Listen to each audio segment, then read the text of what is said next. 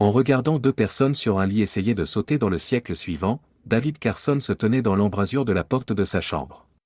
Il lui a fallu 30 secondes pour comprendre que l'un des participants était Joe Bonetti et l'autre sa femme Tori. Après avoir découvert qui était l'amant de sa femme, David est parti sans rester sur place et sans réagir à ce qu'il avait entendu dire qu'il se passerait si quelqu'un découvrait que sa femme avait un amant. Après avoir pris la photo, il s'est retourné, est descendu et a rempli son verre préféré d'un triple shot de Jack Daniels. Comme il s'agissait d'un verre irremplaçable, il s'assurerait de l'acquérir lors du divorce. Lorsque David a contacté sa femme pour l'informer qu'il rentrait plutôt d'un voyage d'affaires, il a soudain compris pourquoi elle n'avait pas décroché le téléphone. Dans le salon, David a remarqué que son téléphone était posé sur la table, entouré d'une pile de vêtements. Rentrer tôt à la maison et voir sa femme au lit avec un autre homme, c'était comme le pire des films. Elle faisait l'amour avec Bonetti. Joe était tenu au courant grâce à son frère, l'un des « maîtres » locaux, et il s'assurait que tout le monde était au courant, même si la mafia ne laisserait jamais Joe entrer dans le sanctuaire intérieur, ni même dans le sanctuaire extérieur. Après une journée bien remplie, David termina son whisky et chercha quelque chose à manger dans le réfrigérateur. Il venait de manger un carton de yaourt au buffet du petit déjeuner du Marriott Fairfield ce matin. Joe et Tori ont dû dîner au Inter Lounge avant de revenir pour leur dessert, si l'on en croit le doggy bag de poulet qu'il a trouvé. Les observateurs non initiés peuvent s'interroger sur le fait que David n'a réagi en aucune façon à la tromperie de sa femme. Après tout, combien de femmes se font tirer dessus dès le premier rendez-vous ? Peut-être que les gens ne peuvent pas changer ce qu'ils sont, lui a-t-elle dit, ajoutant que David n'avait aucune raison de douter de sa fidélité jusqu'à ce soir-là. Une autre réalité est que David en avait assez du drame dans son mariage avec Tori, qu'elle se mettait en colère pour la moindre chose, et qu'il avait récemment envisagé de divorcer d'elle. Maintenant qu'il avait une explication plausible, il pouvait partir la conscience tranquille et peut-être même avec la majorité de ses biens. Au moment où David s'apprêtait à partir après avoir fini le deuxième triple whisky et le poulet froid, Tori est entrée dans la cuisine et a commencé à crier. « David! Qu'est-ce que tu fais ici? Qu'est-ce que tu fais ici? Vivre ici. » Joe a fait irruption dans la chambre à ce moment précis, complètement nu, en tenant la lampe de chevet de David. Il jeta un coup d'œil et s'arrêta devant David. « Dave, qu'est-ce que tu fais ici? »« Je vis ici. » Joe a toujours été aussi intelligent qu'un élève de 3e année, il est donc clair qu'il a interprété la réaction réservée de David comme de la peur.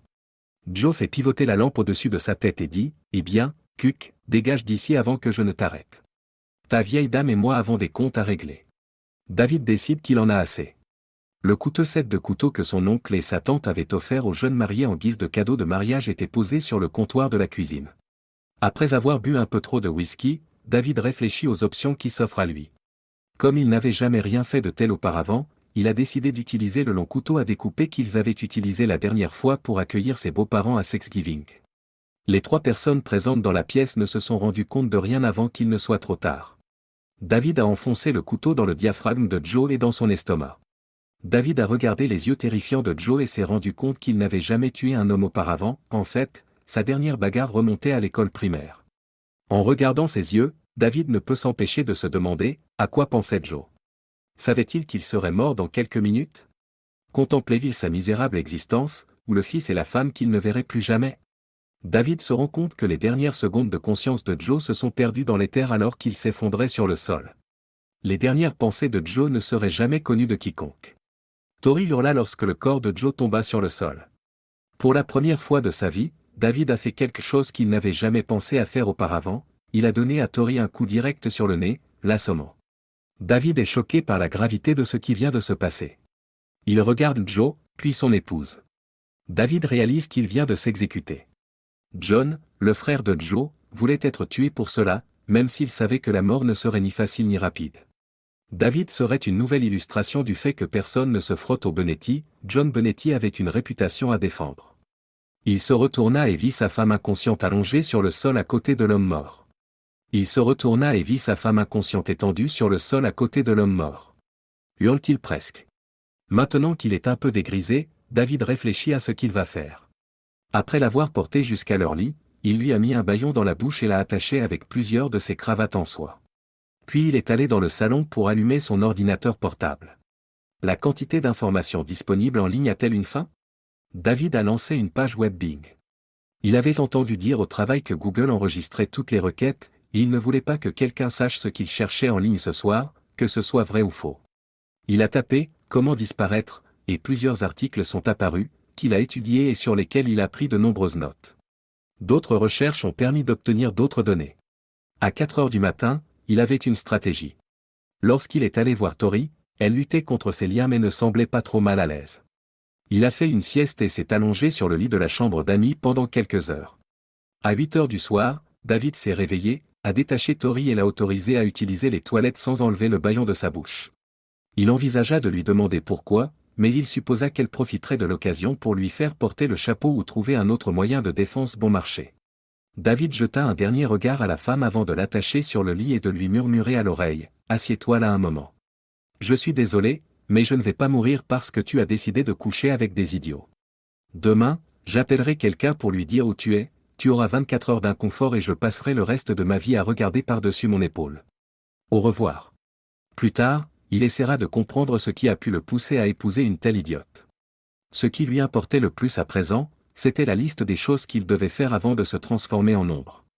Les actions nécessaires pour tirer le maximum d'argent de ses nombreuses ressources et quitter le pays sans être repéré par les autorités figuraient en tête de liste. Il a utilisé sa ligne de crédit immobilier, ses biens et les avances de fonds de ses cartes de crédit. Toutes ces activités éveilleraient-elles des soupçons? Pas si l'on s'y prend bien, d'après ce que ses recherches sur Internet indiquaient. David disposait de 100 000 $ et d'un billet de première classe pour Rome à 1 heure de l'après-midi. Il utiliserait les nouvelles réglementations de l'Union européenne à son avantage depuis Rome et disparaîtrait dans l'une des petites zones semi-autonomes qui exercent un contrôle minimal sur les étrangers. Assise à son bureau, Karine Roland essayait de trouver un moyen d'annoncer à sa cliente que son mari maltraitait son assistante sans ruiner la femme. Karine savait que la cliente aimait son mari d'après leur conversation précédente, mais malheureusement, elle était mariée à un abruti. Karine était concentrée sur son terminal lorsqu'elle entendit la porte du bureau s'ouvrir. Son assistante administrative était sortie déjeuner et était revenue sans fermer la porte à clé. Karine jeta un coup d'œil à la prothèse posée dans un coin. Il fallait qu'elle fasse un nouvel ajustement car cette saloperie la gênait à nouveau. Karine se demanda si elle aurait le temps de la remettre en place sur son genou. Malheureusement, elle n'avait pas de chance, elle entendit une voix masculine dire « Allô » juste au moment où la porte de son bureau s'ouvrait. L'homme, qui devait venir du sud de l'Europe et n'était pas très séduisant, passa la tête par la porte. Tout en parlant, il sourit, mais on sentait bien que ce sourire n'était qu'un effet d'optique. La porte était ouverte, puis-je vous déranger? J'ai une personne à retrouver. Faisant signe à l'inconnu d'entrer, Karine sauvegarda son travail sur l'ordinateur. Elle tendit la main et se présenta sans se lever. Karine Roland, comment puis-je vous aider? La personne inconnue lui saisit la main pendant un temps excessif. Était-ce pour l'effrayer ou pour la séduire? J'ai eu votre nom par l'intermédiaire d'un ami. Je m'appelle John Benetti. Ma sœur, Tori Carson, est à la recherche de son mari disparu.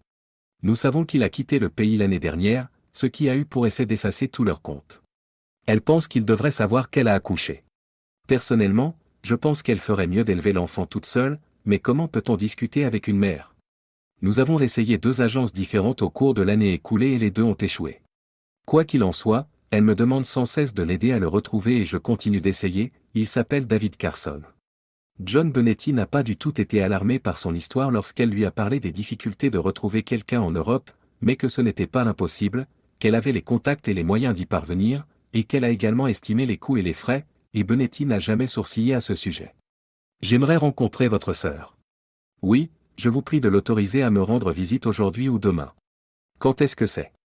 J'aurai les contrats prêts à être signés si vous et Madame Carson pouvez passer demain matin à 9 heures. Elle doit répondre à quelques questions concernant ses antécédents. Karine n'y réfléchit pas plus longtemps et se remit à travailler sur le rapport destiné à son client lorsque Benetti partit. Bizarre, il a dû remarquer sa jambe dans le coin, mais il n'a rien dit. John Benetti amena Madame Tori Carson au bureau du détective privé à 9 heures le lendemain matin. Karine a immédiatement remarqué 2 choses. Madame Carson avait déjà reçu un coup de poing si fort sur le nez qu'il s'était cassé, et elle avait l'air effrayée. Peut-être était-elle une femme battue? Pourquoi ces femmes veulent-elles toujours que leur mari viol revienne? Ne se rendent-elles pas compte qu'elles se porteraient mieux si elles n'avaient pas à craindre d'être frappées? Madame Carson a bien répondu aux questions de Karine. Votre mari est-il déjà allé en Europe? Où et quand? Est-ce qu'une ville ou une région en particulier l'a attiré? Connaît-il des langues étrangères? Cependant, au fil de leur conversation, Karine a réévalué ses soupçons initiaux et a conclu que Madame Carson avait en fait peur de son frère, John Benetti, plutôt que de son mari. Karine envisagea sérieusement de refuser le projet, mais elle avait besoin d'argent et, contre son gré, signa un contrat avec Madame Carson. La famille Roland connaît des difficultés financières et Karine a besoin de cette mission pour payer les factures alors que son mari, Bill, est à l'hôpital et lutte pour sa survie. Comment un homme de 35 ans, qui n'a jamais été malade de sa vie, peut-il développer un cancer? Bill avait une assurance décente et son entreprise lui versait un demi-salaire pendant son combat pour la vie. John Benetti a signé l'accord et envoyé le chèque de dépôt. Ses contacts à la police de New York s'étaient tous taris, quelques officiers avaient récemment été licenciés pour avoir fait des recherches non autorisées dans les différentes bases de données criminelles, les officiers avaient perdu leur emploi et la plupart de leurs pensions, toutes les agences de détectives de la ville hurlaient maintenant sans avoir les moyens d'obtenir ce genre d'informations privilégiées, et toute une série d'officiers de police avait perdu un joli supplément à leur salaire. Karine voulait suivre Benetti et Carson, mais elle devait le faire sans l'aide habituelle. Si David Carson n'était pas déjà rentré au pays, Karine devrait attendre que Hank revienne de sa mission à l'étranger ce week-end avant de pouvoir obtenir des informations complètes. Hank était un vétéran de l'agence de renseignement à la retraite, actuellement employé par un entrepreneur de renseignement privé, ses contacts à l'étranger seraient utiles pour localiser M. Carson. Entre-temps, Karine a commencé à vérifier ses propres antécédents, en consultant les médias sociaux, les articles de journaux, etc. Lorsqu'Hank est revenu le vendredi, Karine avait suffisamment d'informations sur ses propres recherches pour s'inquiéter. David Carson était recherché pour la mort d'un certain Joseph Benetti. La notice nécrologique de Benetti mentionnait John comme frère mais pas de sœur nommée Tori Carson. Benetti avait été accusé de racket dans les années 1990 mais n'avait jamais été reconnu coupable. L'article de journal détaillant l'affaire judiciaire affirmait que Benetti était lié à la famille criminelle Gambino. Même si David Carson n'avait pas été reconnu coupable du crime, il semblait toujours être un criminel, et Karine avait besoin d'argent. Alors que le soleil traverse la fenêtre sud-est, David Carson se rend compte que les bateaux de pêche quittent le port et qu'il entend le bruit de plusieurs centaines de moteurs diesel. Il se lève, va pisser et s'essuie avec un chiffon. De retour dans l'appartement d'une pièce, David alluma la cafetière après avoir jeté un coup d'œil à la belle endormie dans son lit, puis s'assit sur le lit pour lire un livre de poche en attendant que le café infuse. Il a entendu la respiration de la blonde changer et s'est approché d'elle pour lui frotter le dos, ce qui a amené Lisa à ouvrir les yeux et à sourire.